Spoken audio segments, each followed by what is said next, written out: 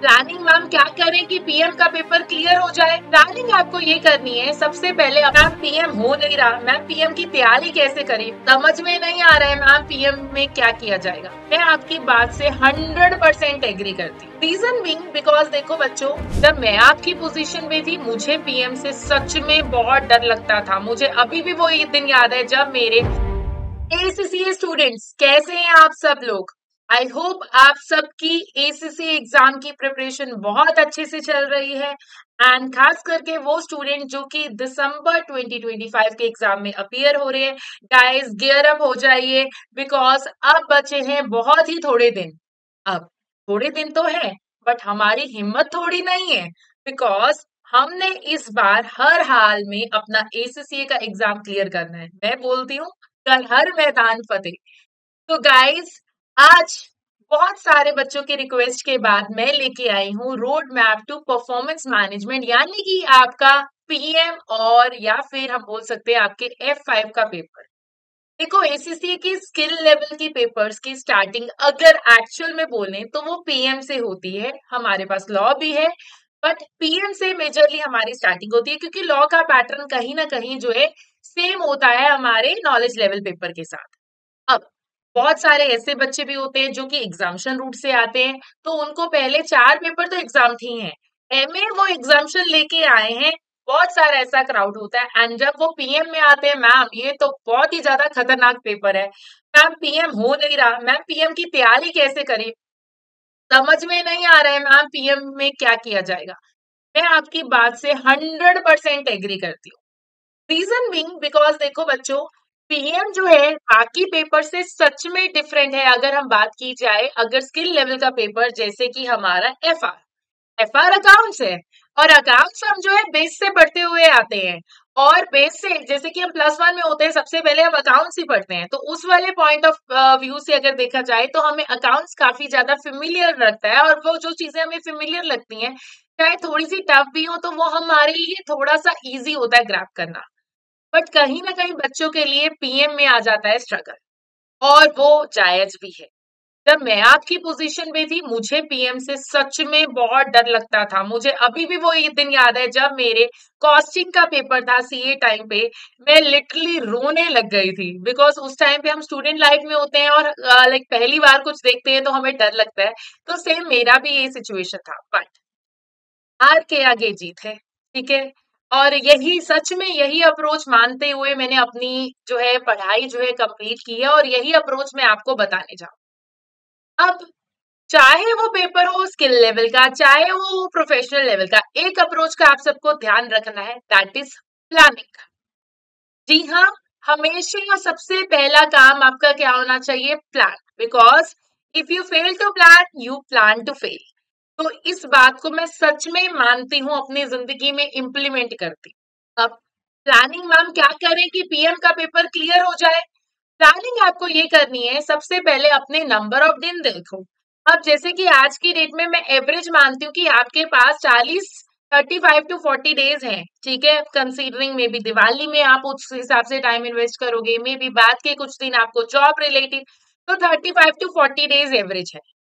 और अपने syllabus area को चेक करो, ठीक है। अब आपने ये देखना है कि आपका सिलेबस एरिया कितना है कि मैम हमारे सिलेबस एरिया में अगर मैं बात करूं कैपलान के पर्सपेक्टिव से, ठीक है, या स्टडी हब के पर्सपेक्टिव से जो सा भी रिसोर्स जो है देखते हैं, तो सबसे पहला काम आपका क्या है, प्लान करना, ठीक है।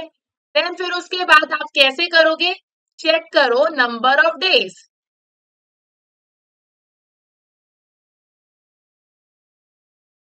कितने दिन है हमारे पास। अब दिन है हमारे पास का मतलब ये नहीं है कि जिंदगी के दिन, जिंदगी बहुत बड़ी है बहुत हसीन है।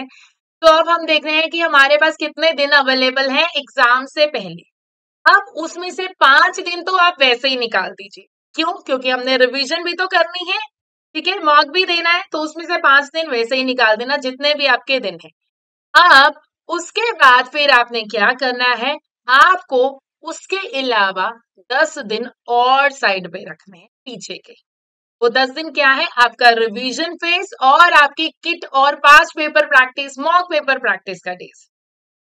अब यानी कि अगर मैं यही हिसाब लगाऊं तो जितना भी टाइम पीरियड आपके पास बचा है, तो आपको कम से कम इतना बात ध्यान रखनी है कि आपका 10th नवंबर तक, ठीक है, 10th नवंबर तक आपको क्या करना है, अपना सिलेबस एरिया कंप्लीट करना है।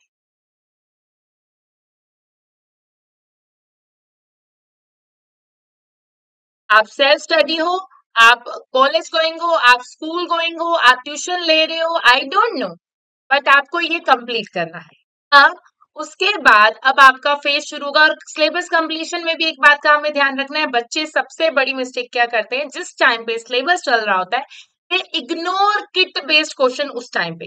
बच्चों आई नो दैट साथ साथ पूरी किट करना इज नॉट पॉसिबल, बट आप ये तो कर सकते हैं कि हर टॉपिक एरिया के सेक्शन ए के क्वेश्चंस एटलीस्ट आप साथ साथ करें। एंड जो हमारे अगर बाय चांस उस टॉपिक एरिया में सेक्शन सी के क्वेश्चंस आ रहे हैं, तो सेक्शन सी के क्वेश्चंस एटलीस्ट एक एक या दो दो, ताकि आपको दिख जाए कि क्वेश्चंस किस तरह के हैं। तो ये आपको ध्यान में रखना है कि आप उस वाले पॉइंट ऑफ टाइम पे किट बेस्ड क्वेश्चन करें साथ साथ, बिकॉज और ऐसे करें कि आप जो है ये जो सिलेबस एरिया कर रहे हैं ना, आपको ध्यान में रखना है कि आप इस वाले टाइम पीरियड में नोट्स भी साथ साथ बना रहे हैं।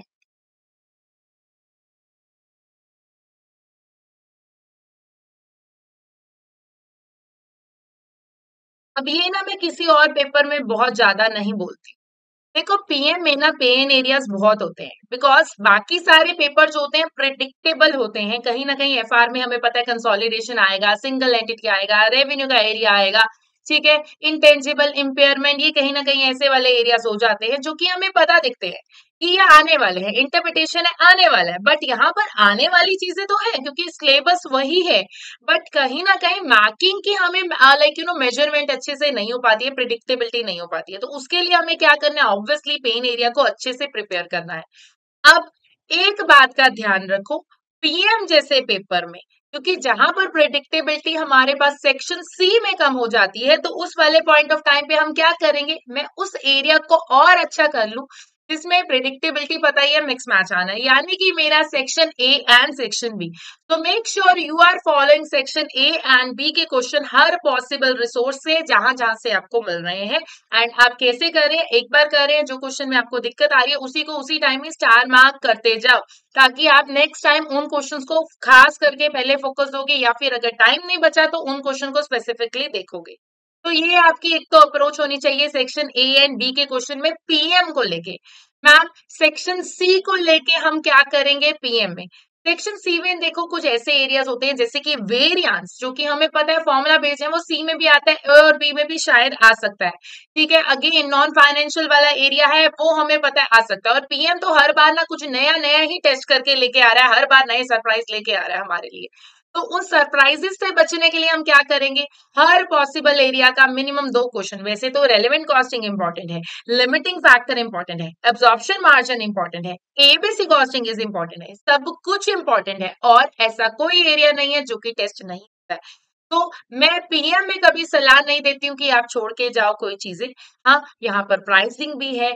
और अब आपको क्या करना है, जब हमें कंफ्यूजन होती है ना इतने सारे एरियाज की, तो मैं स्टूडेंट्स को, और खास करके जब हमारे पास लिमिटेड टाइम अवेलेबिलिटी हो, तो ध्यान रखो आप अप्रोच यूज कर सकते हो पास्ट पेपर बेसिस। जी हाँ, इससे आपको देखो वैरायटी ऑफ क्वेश्चंस भी मिलेंगे, और उसके साथ साथ आपको जो है हर तरह के क्वेश्चंस को करने का कॉन्फिडेंस भी मिलेगा।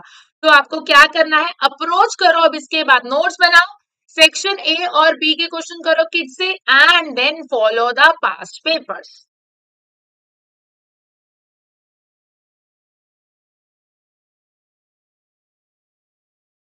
अब टाइम है लिमिटेड, क्वेश्चंस है ज्यादा, मल्टीपल एरियाज है, फास्ट पेपर्स फॉलो करो।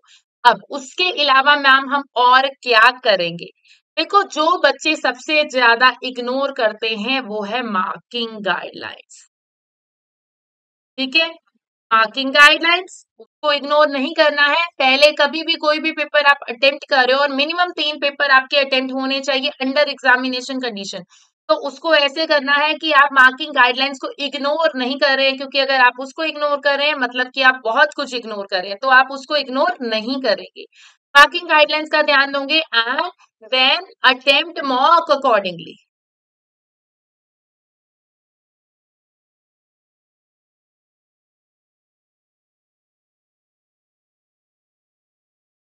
एंड बच्चों, आप मॉक तो करोगे ही करोगे।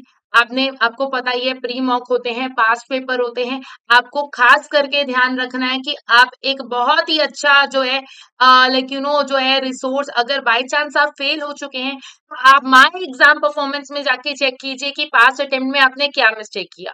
और अगर आपका फर्स्ट अटेम्प्ट है तो आप फिर भी क्या रखेंगे, एग्जामिनेशन रिपोर्ट देखेंगे जिसमें कि बहुत सारे बच्चों की मिस्टेक्स के बारे में एग्जामिनर बताता है कि किस क्वेश्चन में क्या एक्सपेक्टेशन थी, बच्चों ने क्या किया एंड वो नहीं करना चाहिए था, कैसे करके आप पेपर में अच्छे मार्क्स ले सकते हो। तो एग्जामिनेशन रिपोर्ट है एंड जो एग्जामिनेशन रिपोर्ट आप पढ़ रहे हो कौन सी पढ़ो, खास करके वो वाले एग्जामिनेशन रिपोर्ट जरूर पढ़ो जोन से पेपर को आप अटेम्प्ट करने वाले हो, ताकि आप ये देखो कि क्या आपने भी वही मिस्टेक्स की हैं। तो इसी से आपको थोड़ा आइडिया लग जाएगा कि आप कितने पानी में हैं। ठीक है, तो ये कुछ अप्रोच है आपको फॉलो करनी है and make sure you are revising at least 2 time. ठीक है, तो revision is must in PM, क्योंकि एक बार चीजें जो है याद नहीं होती हैं। एंड मोस्ट इंपॉर्टेंटली एक और अगर मैं हाईलाइट वाला एरिया बोलूं तो एक आप जो है अपनी फॉर्मूला शीट बनाओ, क्योंकि इसमें फॉर्मूलाज बहुत है। एंड हर रोज मैं क्या करती थी, अगर मैं आपकी जगह होती और मैं इस टाइम पे पेपर दे रही होती तो मैं एक फॉर्मूला शीट बनाती, जब जब जो चैप्टर पढ़ रही हूँ उस चैप्टर के बाद साथ साथ जो है उस चैप्टर में आने वाले फॉर्मूला से स्टार्ट करते हुए फॉर्मूला शीट बनाती। And again her alternate base पे, चाहे सुबह चाहे शाम को चाहे रात को, दिन के 10 से 15 मिनट इन्वेस्ट करके पूरी फॉर्मूला शीट हर रोज पढ़ती। अब फॉर्मूला शीट के याद होने से क्या फायदा होगा, प्राइसिंग जैसा चैप्टर हो, लिमिटिंग फैक्टर जैसा चैप्टर हो, वेरिएंस जैसा चैप्टर हो, एब्जॉर्प्शन मार्जिन, मतलब फॉर्मूला शीट में आप फॉर्मेट्स भी कंसीडर कीजिए। और इन सब के फॉर्मेट्स, इन सब के फॉर्मूलाज हमें पहले ही याद हो जाएंगे तो पेपर में एटलीस्ट एक स्ट्रक्चर हमें मिल जाएगा और हम लिखने के लिए लायक हो जाएंगे। एंड अगेन आप और क्या कर सकते हैं, आपको पता है एसीसी स्टडी हब में हमारे पास फ्लैश कार्ड्स होते हैं जो कि एक किस्म की सारी डेफिनेशंस होती हैं, इजी वे में कंसेप्ट्स होते हैं। तो आप उसको लाइक प्रिंट करके यानी कि पीडीएफ फॉर्म में निकाल के रखिए एंड उसको भी रिवीजन देते रहिए, जिससे कि आपको इंपॉर्टेंट कंसेप्ट एक एक सिंगल सिंगल लाइनर में याद रहेंगे। अपने काम को समराइज करना पीएम में बहुत जरूरी होता है पीएम को पास होने के लिए। एंड इसी अप्रोच को फॉलो करके आप जो है पीएम क्लियर कर सकते हो। याद रखिए पीएम में कोई हम प्रिडिक्टेबिलिटी नहीं कर सकते, बट रेलेवेंट कॉस्टिंग जैसे एरियाज, नॉन फाइनेंशियल जैसे कि बेंचमार्किंग जैसे एरियाज, एंड अगेन हमारा प्राइसिंग हो गया, तो अगेन वेरिएंस हो गया, तो ऐसे कुछ एरियाज हैं जो कि लॉन्ग क्वेश्चन में टेस्टेड रहते हैं। बट अगेन टेलिंग यू कोई गारंटी नहीं होती क्योंकि ये शफल करते रहते हैं पीएम का पेपर। तो इसीलिए सेक्शन ए एंड बी को और ज्यादा स्ट्रॉन्ग कीजिए पीएम के पर्सपेक्टिव पे। आई होप मेरी ये इन्फॉर्मेशन आपके लिए हेल्पफुल हो और आपका पीएम का पेपर बहुत अच्छे से जाए। Good luck for your ACC exam.